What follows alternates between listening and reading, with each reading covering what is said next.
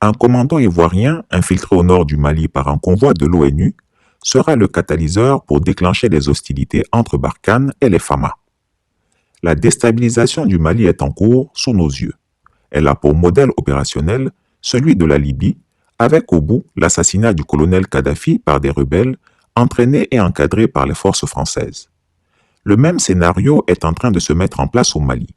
Mais cette fois-ci, ce sont des soldats ivoiriens d'origine malienne qui ont été soigneusement sélectionnés et transportés par des convois onusiens qui seront chargés de créer le chaos. Ce commando spécial du dictateur Alassane Ouattara, en parfaite synergie avec les forces françaises, fera de fausses attaques sur des bases françaises au Mali pour permettre et donner prétexte à l'armée française de riposter et de contre-attaquer. Ce commando ivoirien est également chargé de faire des attaques pour harceler les Fama. Comme Chris Yapi l'a démontré dans une précédente enquête, c'est bien Alassane Ouattara qui est à la manœuvre par le biais de son chef d'état-major particulier, le nouveau général Diarasouba Bakari, et son adjoint, Ouattara Famoussa. Ils sont les premiers responsables qui gèrent et coordonnent toutes les actions avec les forces françaises sur la terre du Mali. En dessous d'eux se retrouvent les colonels-majors Kone Zakaria et Anza Fofana Digrouman. Ce sont eux qui ont été chargés de fournir la troupe qui a été acheminée et infiltrée au Mali, avec notamment les hommes de main comme Bazier Mathieu Diniko, Sissoko Tidiane dit Tito, Karim Kone dit Petivier, Guéroa Valin Blaise dit V, Séni Youssouf, etc., qui vont bénéficier également sur place du soutien logistique onusien et français. Cette opération commando a été élaborée de longue date et j'en ai régulièrement parlé. C'est ce que la CEDEAO a osé appeler sa force en attente. Mais seul Alassane Ouattara et les Français sont à la manœuvre derrière cette troupe. Maintenant, elle est opérationnelle et le dictateur des lagunes, en véritable chef de guerre, contemple son œuvre de destruction prendre forme au Mali. Pour le despote ivoirien, il faut coûte que coûte détruire le Mali par tous les moyens. On peut par exemple légitimement se poser la question de savoir pourquoi en quelques intervalles d'heures, Barkhane a signalé des attaques sur leur base et de l'autre, des commerçants mauritaniens se font tuer à la frontière entre le Mali et la Mauritanie. On essaie ainsi de forcer la fermeture du couloir mauritanien pour asphyxier davantage le Mali. Les prochaines cibles, telles que cela se murmure au palais d'Abidjan, ce seront des attaques similaires sur les frontières avec la Guinée et le Burkina Faso. Objectif, mettre le Mali à mal avec ses voisins et convaincre ainsi la communauté internationale que tout va mal au Mali. Le but étant de faire rapidement élire à la tête de ce pays un pantin qui fera la politique néocolonialiste de la France. Wallahi, les jours à venir seront chauds.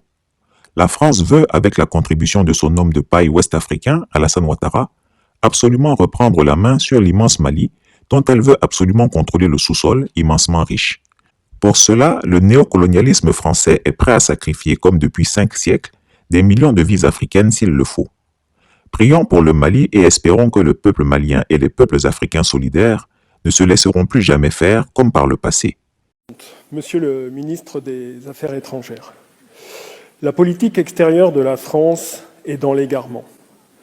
Le renvoi de l'ambassadeur de France au Mali par les autorités maliennes en raison de vos propos récents, monsieur le ministre, 2 jours après que le porte-parole du gouvernement de transition du Mali ait demandé à la ministre des Armées de la France de se taire, n'est pas une anecdote. C'est un tournant de l'histoire de la présence française en Afrique. La France perd pied. Depuis plusieurs années, partout, notre pays se comporte de manière arrogante et belliqueuse. Pas un conflit sur notre planète sans des armes made in France pour l'attiser et le rendre plus meurtrier. Du Yémen à l'Éthiopie, de la Birmanie au Sahel, du Haut-Karabakh à la Libye, notre pays arme très fréquemment le bras de la mort. C'est la signature française de ce début de siècle. Quel malheur. Que dire de la violence de nombreuses dictatures que nous soutenons avec armes, logistiques, renseignements et personnel humain contre la liberté des peuples, contre la dignité des femmes et des hommes de ces ailleurs maltraités. Pour ces gens d'origine étrangère, les migrants, sans autre solution que de venir tenter un projet de vie en France, la maltraitance d'État. Mais pour les beaux yeux pleins de pétrole, de dollars et de contrats d'armement d'un dictateur, la Légion d'honneur et les ors de la République, du Quai d'Orsay à l'Élysée. Que d'égarement! Voilà bientôt 5 ans en réalité que notre pays a 2 ministres de la guerre et aucun de la paix. Bientôt 5 ans que notre pays aime se payer de jolis mots et de beaux discours en parfaite contradiction avec ce qu'on peut constater sur le terrain. Notre diplomatie est pourtant dotée d'atouts exceptionnels. Mais qu'en avez-vous fait? Qu'en faites-vous? J'entends déjà vos arguments de la réalpolitik, de ce monde difficile dans lequel les valeurs universelles que devrait porter notre pays ne remplissent pas les poches. Mais votre diplomatie de la réalpolitik montre des résultats tout aussi catastrophiques. En 5 ans, c'est ni les valeurs, ni les principes démocratiques, ni la balance commerciale. La politique extérieure française est dans l'égarement. Égarement en continuant de vendre de manière assassine contre le droit international et en connaissance de cause des armes qui finissent par tuer les enfants du Yémen, ce péché originel du quinquennat. Égarement quand l'ambassadeur de France au Togo porte plainte contre 2 journaux d'opposition de Lomé pour des articles pas assez respectueux des politiques de la place parisienne, faisant ainsi suspendre leur publication et cette étrange conception de la liberté de la presse. Également dans votre habitude de soutenir le 3e mandat de chef d'État devenu par là même dictateur et qui n'en demandait pas tant de la part de la France. Également criminel en ne reconnaissant pas cette terrible bavure au Mali en janvier 2021 qui, d'après une minutieuse enquête des Nations Unies, a reconnu que notre armée avait tué 19 civils à Bounti. Rien d'étonnant à ce qu'aujourd'hui le gouvernement de transition du Mali humilie quotidiennement notre drapeau bleu, blanc et rouge. Égarement en s'affichant au Tchad, trop précipitamment aux côtés du dernier chef de guerre autoproclamé chef d'État. Égarement en fabriquant un sommet France-africain de la com, tout à la gloire d'un président de la République bien solitaire à Montpellier. Égarement en mentant, ici, Monsieur le Ministre, devant la représentation nationale et en faisant passer 3 eurodéputés catalans pour des reprises de justice alors qu'ils n'ont même pas été jugés. Égarement en permettant par un contrat mal ajusté aux Australiens de nous ridiculiser dans ce qui est devenu l'affaire des sous-marins. Égarement en laissant une grande entreprise française commercer avec la junte militaire birmane assassine.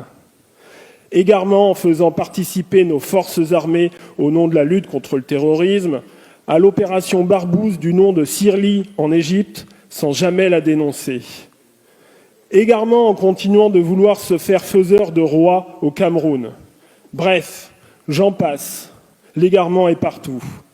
Notre crédibilité à l'égard des peuples de la planète s'amenuise de jour en jour. Le constat est déjà fait précédemment. Nos valeurs sont trahies. Mais vous osez encore appeler de vos vœux un nouvel humanisme du XXIe siècle dans votre feuille de route.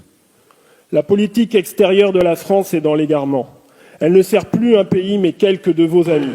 Monsieur le ministre, vous vous êtes égaré. Mais je ne vous demanderai pas aujourd'hui de démissionner, car je crois en réalité que vous avez déjà démissionné depuis bien longtemps. Chris Yapi ne ment pas. Retrouvez Chris Yapi sur son nouveau compte Twitter, ses 2 chaînes YouTube, sa chaîne Dailymotion, Instagram et Mediapart.